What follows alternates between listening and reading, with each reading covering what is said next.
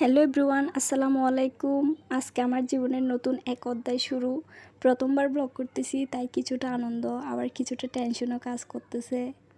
কলেজে ভর্তি হওয়ার পর থেকেই প্রতিদিনও যেন নতুন নতুন অভিজ্ঞতা হচ্ছে।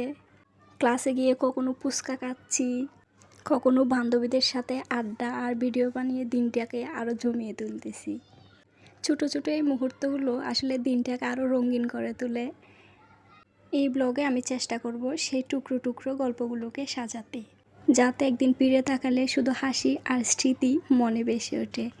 প্রতিদিনের মতো আমি চলে আসলাম আজকে আবার কলেজে। আজকে আমার প্রেজেন্টেশন ছিল, তাই প্রেজেন্টেশনটা একটু দেখতেছিলাম আমি, আর স্যারের জন্য ওয়েট করতেছিলাম কখন স্যার আসবে, কখন স্যার আসবে।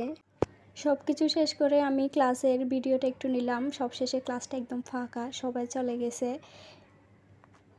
আমরা ক্লাস থেকে বের হয়ে গেলাম আমি এবং সিয়ার।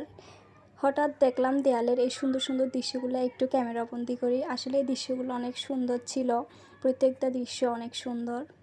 আমি সবগুলো নেওয়ার চেষ্টা করছি, যদিও তেমন সুন্দর হয় নাই। ক্লাস শেষ, তাই সবাই যার যার মতো বাসায় চলে গেছে, আর আমি আর আমার বান্ধবী থেকে গেছি ভিডিও করার জন্য। অবশেষে আমরাও বের হয়ে গেছি, কিন্তু মাথার মধ্যে ঢুকছে ফুচকা না হয়ে বেলপুরি খাবো।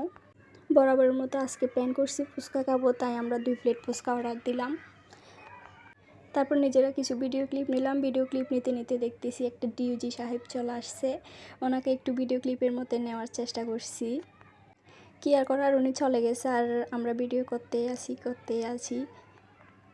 ক্যামেরা অন করলে কীরকম করে ভিডিও করবো এগুলো আসলে মাথায় আসে না, যখন বাসায় এসে দেখি কি আর করার।